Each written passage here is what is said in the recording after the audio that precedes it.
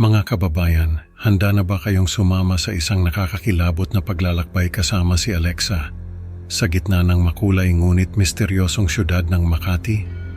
Sa ating kwento, susubukin ang tapang niya sa pagharap sa mga bulong ng nakaraan at ang multo ng minahan na nagdala ng sindak sa marami. Sa bawat hakbang papalapit sa katotohanan, may mga aninong sumusunod, mga sigaw na umaalingaw-ngaw, at mga lihim na naghihintay na mabunyag. Kaya't i-lock na ang inyong mga pinto, patayin ang ilaw, at hayaan niyong dalhin ko kayo sa isang gabing hindi niyo malilimutan. Ang misteryo ng mga anino ng nakaraan ngayon lang masisiwalat.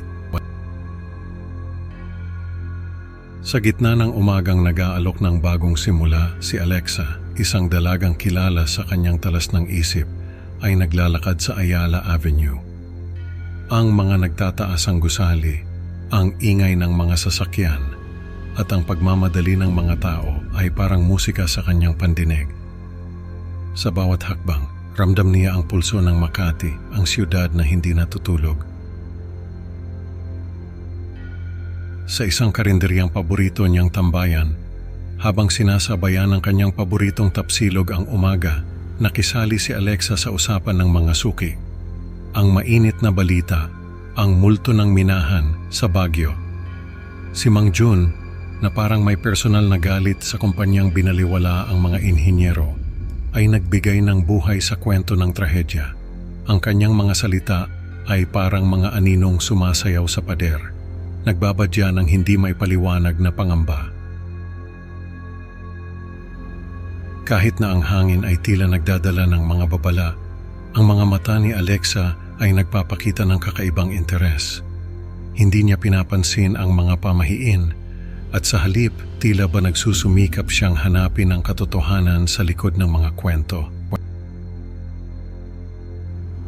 Sa bahay ni Kuya Renato, ang veteranong minero na parang amoy lupa at alikabok pa mula sa minahan, nagplano sina Alexa at Carlo. Ang mga lumang mapa at litrato ng minahan ay parang mga piraso ng puzzle na kanilang pinagdugtong-dugtong. Habang inihahanda ang mga gamit, flashlight, ekstrang baterya at pagkain, ang excitement sa kanilang mga mata ay hindi maikakaila. Sa intramuros ang kanilang pagtigil ay parang pagbabalik sa nakaraan. Ang selfie na kanilang kinunan sa harap ng lumang kanyon ay tila ba isang simbolo ng kanilang lakas ng loob na harapin ang anumang misteryo. At nang marating nila ang Camp John Hay, ang kapaligiran ay bumulong ng mga sekretong matagal nang itinago. Ang nakatagong pasukan ng minahan na natatakpan ng lumot at baging ay naghihintay sa kanila, parang bibig na bukas para lamunin ang sinumang mangahas pumasok. Ano nga ba ang naghihintay sa kanila sa loob ng minahan? Ang sumunod na mga pangyayari ay magdadala sa kanila sa isang daigdig na puno ng dilim at misteryo. Sa bawat hakbang nila Alexa at Carlo sa madilim na minahan, ramdam nila ang lamig ng hangin na parang may dalang kakaibang bulong mula sa nakaraan. Ang mga reels at kagamitang naiwan ay tila mga saksi sa isang kabanatang matagal nang isinara. Napansin ni Alexa ang isang lumang helmet ng minero na may kakaibang ukit. Dahan-dahan niyang hinaplos ang mga simbolo, umaasang mabasa ang nakatagong mensahe na parang isang lihim na nais ibunyag. Si Carlo naman, sa isang sulyap sa lumang balon, ay tila naging estatwa. Ang kanyang mukha puno ng takot at pagkalito ay nagsasabing may nakita siyang hindi maipaliwanag. Pero pinili niyang manahimik at hindi ipaalam kay Alexa ang kanyang nakita. Habang lalo silang naglalakad papaloob, ang mga pader ng minahan ay tila lumalapit, ang hangin ay nagiging mas mabigat. Ang takot ay dumadagundong sa kanilang mga dibdib at ang pakiramdam na may kasama sila sa kadiliman ay hindi maikakaila. Ano kaya ang naghihintay sa kanila sa mas malalim pang bahagi ng minahan? Ang bawat anino'y tila may mata na nakamasid at ang bawat tunog ay nagdadala ng bagong takot. Nang walang ano-ano, Isang serye ng mga sigaw ang umalingaw-ngaw mula sa kailaliman ng minahan.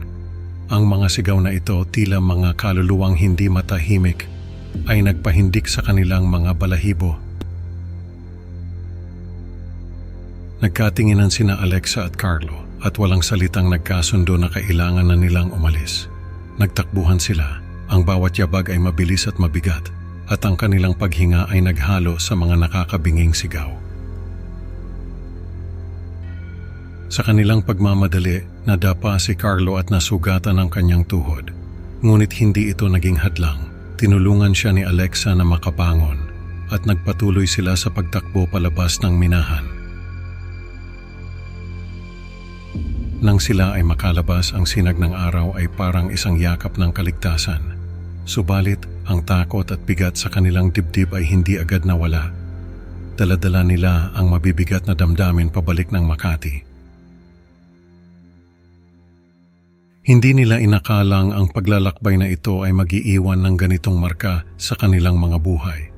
Ano kaya ang magiging epekto ng kanilang karanasan sa minahan sa kanilang kinabukasan? Sa isang modernong Starbucks sa Bonifacio Global City, kung saan ang mga tao ay abala sa kanilang mga laptop at kape, biglang nagiba ang mood ng binasag ni Carlo ang katahimikan sa pagitan nila ni Alexa. Alam mo ba, Alexa, umpisa ni Carlo, ang boses niya ay nanginginig, may nakita ako sa hukay. Isang nilalang, walang mukha.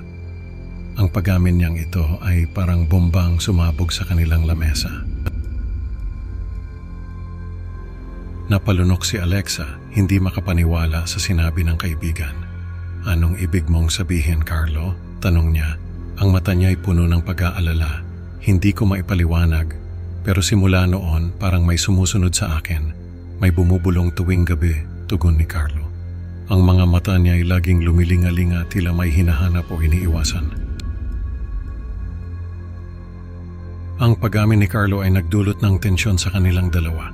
Ang mga customer sa paligid ay walang kamalay-malay sa bigat ng kanilang pinag-uusapan, patuloy lang sa pagsip ng kape at pagtap sa mga keyboard. Kinabukasan, sa isang tahimik na umaga sa barangay, si Alexa ay kausap si Lola Mercy, isang matandang manghuhula na kilala sa kanilang lugar. Habang naglalako ng mga halamang gamot at anting-anting, ibinunyag ni Lola Mercy ang nakakagimbal na balita. Si Carlo, kinuha ng multo ng minahan, ani Lola Mercy. Ang boses niya ay mababa at seryoso. Isang sinkhole ang biglang bumuka sa ilalim ng kondo niya sa Eastwood. Nanlaki ang mga mata ni Alexa at naramdaman niya ang lamig na dumaloy sa kanyang katawan. Hindi niya akalaing ang kanilang paglalakbay sa minahan ay magkakaroon ng ganitong kahihinatnan. Nangako si Alexa sa kanyang sarili habang tinitingnan ang lumang litrato nila ni Carlo na hindi na muling hahayaang maulit ang ganitong trahedya. Kailangan kong maging mas maingat, bulong niya sa sarili. Hindi lang sa mga pamahiin, kundi pati na rin sa mga babala ng nakaraan. Sa huling eksena, makikita si Alexa na nagtataboy ng masasamang espiritu sa kanyang kwarto gamit ang asin at dasal. Ang bawat bulong at pagwisik ng asin ay simbolo ng kanyang natutunang aral at ang kahalagahan ng pagkilala sa sarili bilang proteksyon laban sa anumang kadiliman. Ang dilim ng gabi ay bumalot sa paligid. Ngunit sa loob ng kwarto ni Alexa, may liwanag ng pag-asa at determinasyon na hindi na muling magpapatalo sa takot. Mga ka-creepy Pinoy, ang kwentong ito ay nagturo kay Alexa na hindi lahat ng hinahanap ay dapat matagpuan. Salamat sa pakikinig. Huwag kalimutang mag-like at mag-subscribe para sa mas marami pang nakakatakot na kwento. Kita-kits sa susunod na upload. Mag-ingat sa inyong pagtulog, baka ang anino ng nakaraan ay bumulong din sa inyo ng kanilang lihim. Paalam, at huwag hayaang ang dilim ay kumain sa inyong mga pangarap.